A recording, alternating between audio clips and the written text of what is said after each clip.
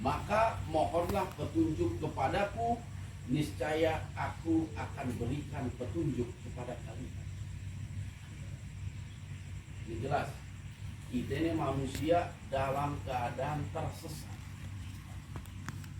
Apa yang membuat kita bisa bangkit dari kesesatan adalah petunjuk Allah.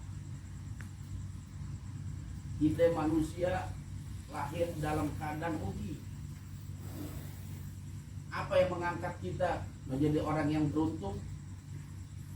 Hidayah dari Allah Subhanahu wa ta'ala. Wal asri innal insana lafi khusr. Sesungguhnya manusia betul-betul dalam keadaan kerugian. Rugi manusia itu. Tersesat manusia itu. Illal ladzina amanu, kecuali orang-orang yang beriman, yang telah Allah berikan petunjuk, yang Allah berikan hidayah padanya. Wa amilus solehah, yang senantiasa mengerjakan amal soleh. Wa tawassaw bil haq wa tawassaw bis sabr, dan senantiasa berdakwah, mengajak orang amar ma'ruf nahi munkar, nasihat menasihati tentang kebenaran, nasihat menasihati tentang kesabaran. Maka perkataan sesat dan rugi pun hilang. Dan ingat, aku yang memberikan petunjuk kepada kalian. Lagi kita bersyukur, kita semua sudah beriman, kita semua juga sudah mengamalkan amalan soleh, dan insya Allah kita pun sudah berdakwah. Maka kita termasuk hamba Allah yang telah diberikan hidayah. Karena banyak teman-teman kita, saudara-saudara kita, sahabat-sahabat kita yang belum mendapatkan petunjuk Allah. Artinya mereka masih dalam keadaan kekafiran, belum Allah berikan petunjuk. Makanya harus betul-betul kita manfaatkan petunjuk. Yang ketiga, Allah juga memanggil. Jadi pertama masalah kezaliman, yang kedua masalah hidayah. Wahai hambaku, kalian semua dalam keadaan lapar, kecuali orang-orang yang telah aku beri makan. Maka mohonlah makan kepadaku, niscaya aku akan memberi makan kepada kalian semua. Jadi Allah zat yang maha memberikan petunjuk, dan kita diwajibkan untuk memohon petunjuk hanya kepada Allah. Dan yang kedua, Allah sebagai Rabb, Allah sebagai Tuhan, Allah sebagai pemelihara yang senantiasa memberikan rezeki kepada makhluk-makhluk ciptaan. Selayaknya lah kita memohon rezeki pada Allah, memohon segala sesuatu hanya pada Allah, jangan pada yang lain, karena yang lain tidak mampu memberikan rezeki. Mohonlah, mohon minta makanan kepada aku, kata Allah.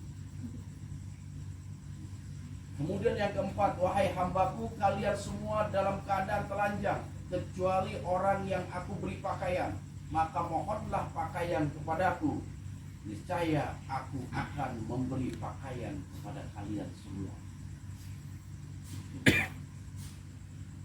Yang kelima, wahai hambaku, kalian semua selalu berbuat dosa, baik di malam hari maupun di siang hari, dan aku adalah zat yang maha mengampuni semua dosa.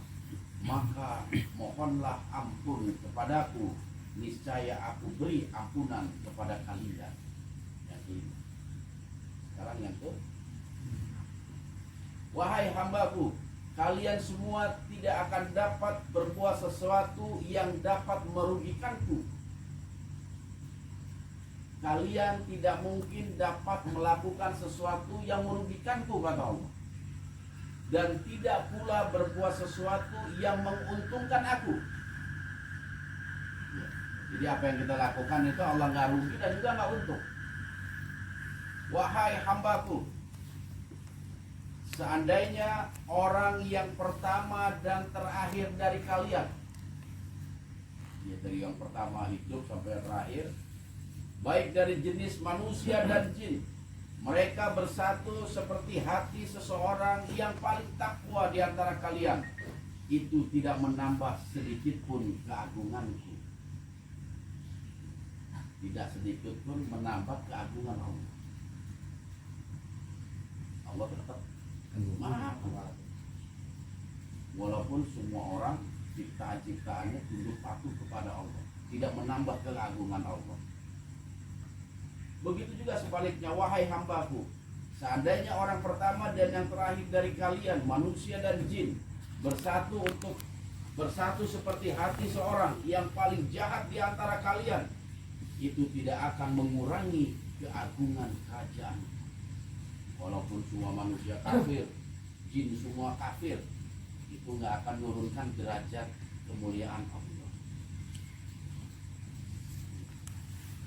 Kalau kita berpengaruh, orang presiden, rakyatnya larat semua, laparan semua, pengaruh nggak ke presiden? Pengaruh.